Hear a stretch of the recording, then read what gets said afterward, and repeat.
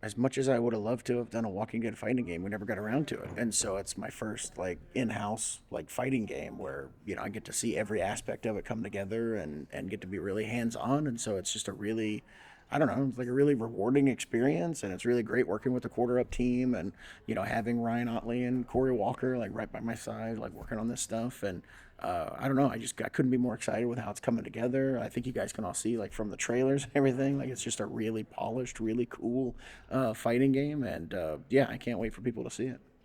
Yeah, I mean, where did the idea come from? I don't remember. I mean, I was trying to do something that was a fantasy sci-fi adventure kind of thing, and a lot of my ideas, it's like the possibility of working with Dave Finch is real. Like, what do I personally want to see Dave Finch draw? Like, what is the universe, the setting, the genre, and that's kind of where that stuff kind of comes from.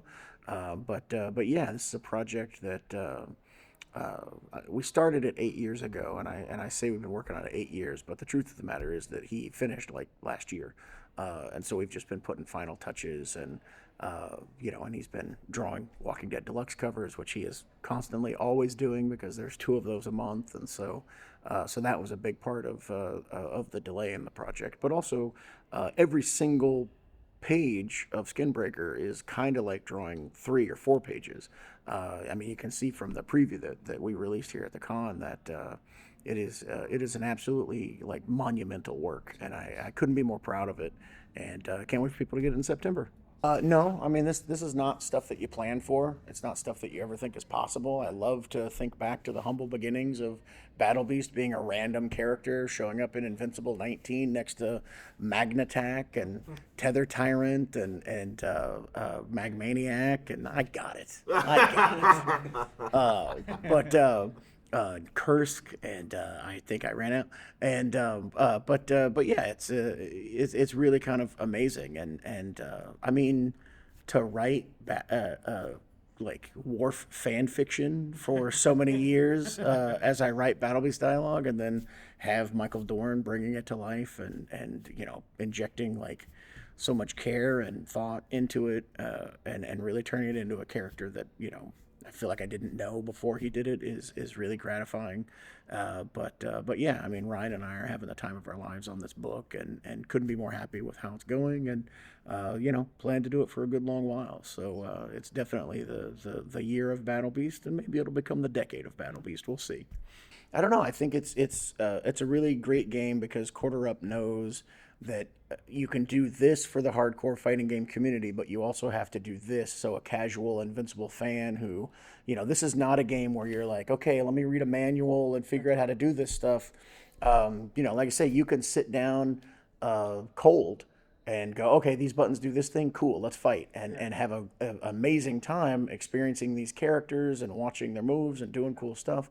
But if you want to advance, if you want to reach the deeper levels available to you for this game, you can become a wizened fighting game sage with 10 years of practice like in this game, and accomplish things that you couldn't comprehend when you first sat down and started it. And so it's a really remarkable how it serves those two audiences. The casual fan is going to love this game. The absolutely intense, like live and breathe fighting games person is also going to get a lot out of this game, and I think that that's remarkable. I love Street Fighter, Tekken, and Mortal Kombat. Okay, I you love must have Time won. Killers. I loved Pit Fighter, which wasn't necessarily a fighting game, but no, I mean Mortal Kombat I think is the one. I think you can see from my body of work that I enjoy the Yeah. gore.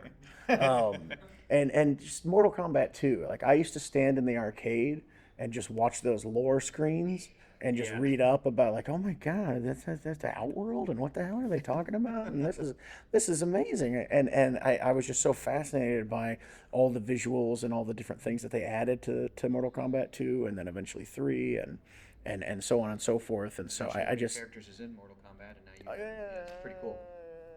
pretty crazy, Yeah. pretty crazy. Like yeah. I can't even, it's hard to comprehend the fact that happened.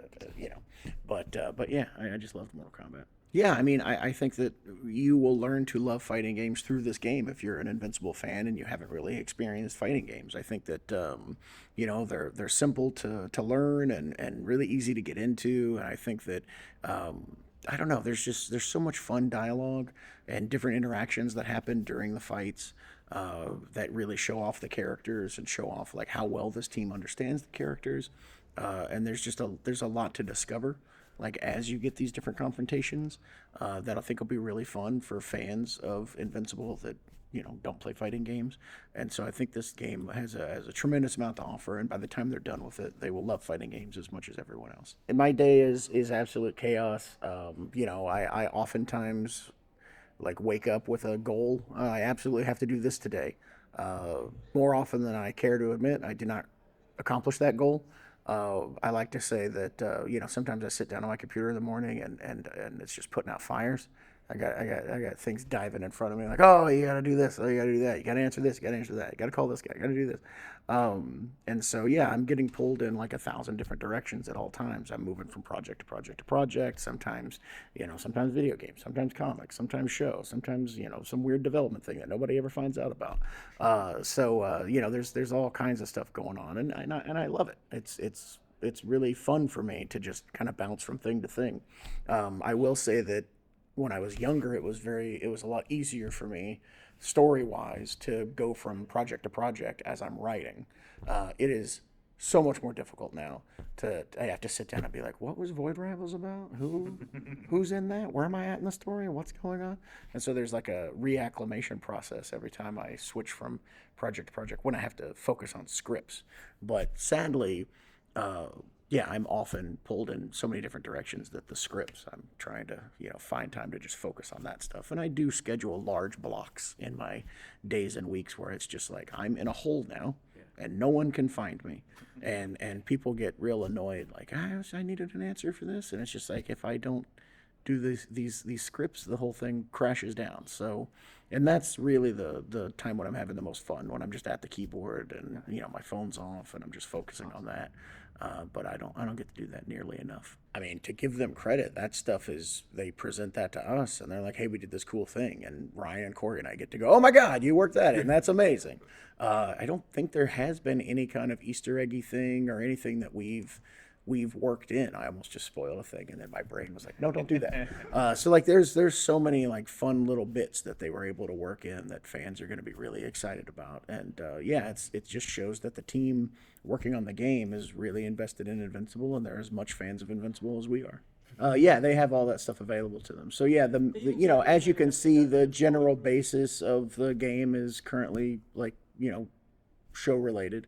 But there may be some things that definitely, maybe there's the odd skin or something that hasn't appeared in the show yet that'll be popping up in the game. So yeah, the show has expanded the like fan base of Invincible tremendously, and has put us in a position where we're able to do these kind of things. But I will say that we started Invincible Versus the second it was possible to do.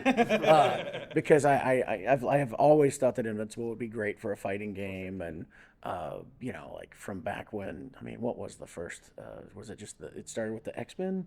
The X-Men. Was it X-Men versus Capcom, and then it's like on, Marvel PlayStation like 1, and then yeah. From back then, it was just like, X-Men oh my versus gosh, Street Fighter was the first X-Men one, versus Street Fighter, and then yeah. they went out from yeah. All All of us nerds are nodding our head. Yes, that was It's the first just. I mean, remember the first time you played it, and you're like, the X-Men characters, I find the Street Fighter characters. Hey, let's go move. Oh my god. one. The first one was Spider-Man kicking Mega Man's ass. I was like, this is the greatest video game. Marvel vs. Capcom. Deadpool and Marvel vs. Capcom 3. Like, Yeah. so much fun. So fun. Oh, I mean, I can only talk about 6 characters, so it's hard. It's hard for me to answer because that's all we've revealed. But I love them all. I mean, Invincible, Bulletproof, Rexplode. They're all Thula, Battle Beast. You have to clear this table, everyone. Who are you picking?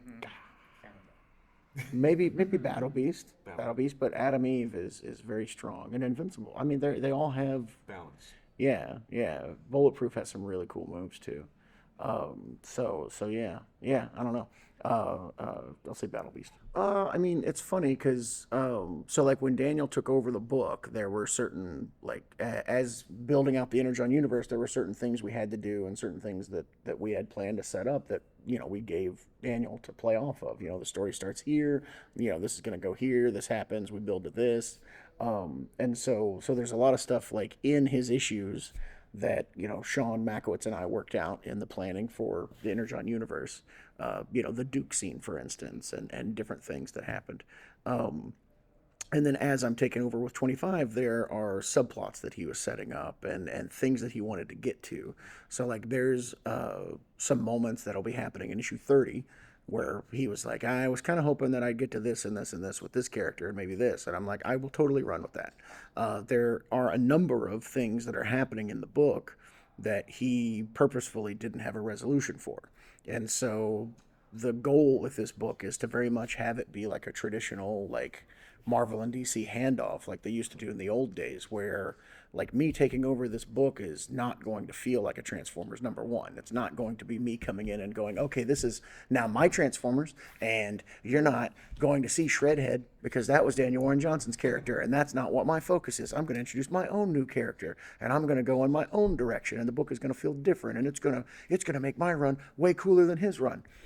My goal is if you read 25 without looking at the credits page, you may not even notice that it's a different creative team. I'm very much wanting to run with the ball that Daniel Warren Johnson like put us in motion with.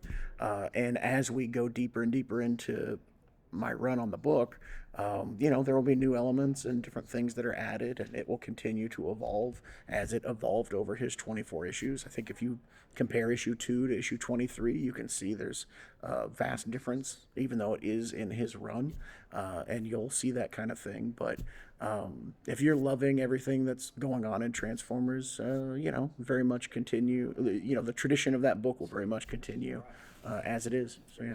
That came together fairly quickly. I think I contacted Mark at some point last year about like recoloring and re-releasing the book. And then once he refurbished the art to the point that he did, I was like, well, we can't just put this out in trade. I need to, actually make this single issues. And to be honest, nobody bought it the first time we put it out. So now people actually get to see these stories and get to know these characters.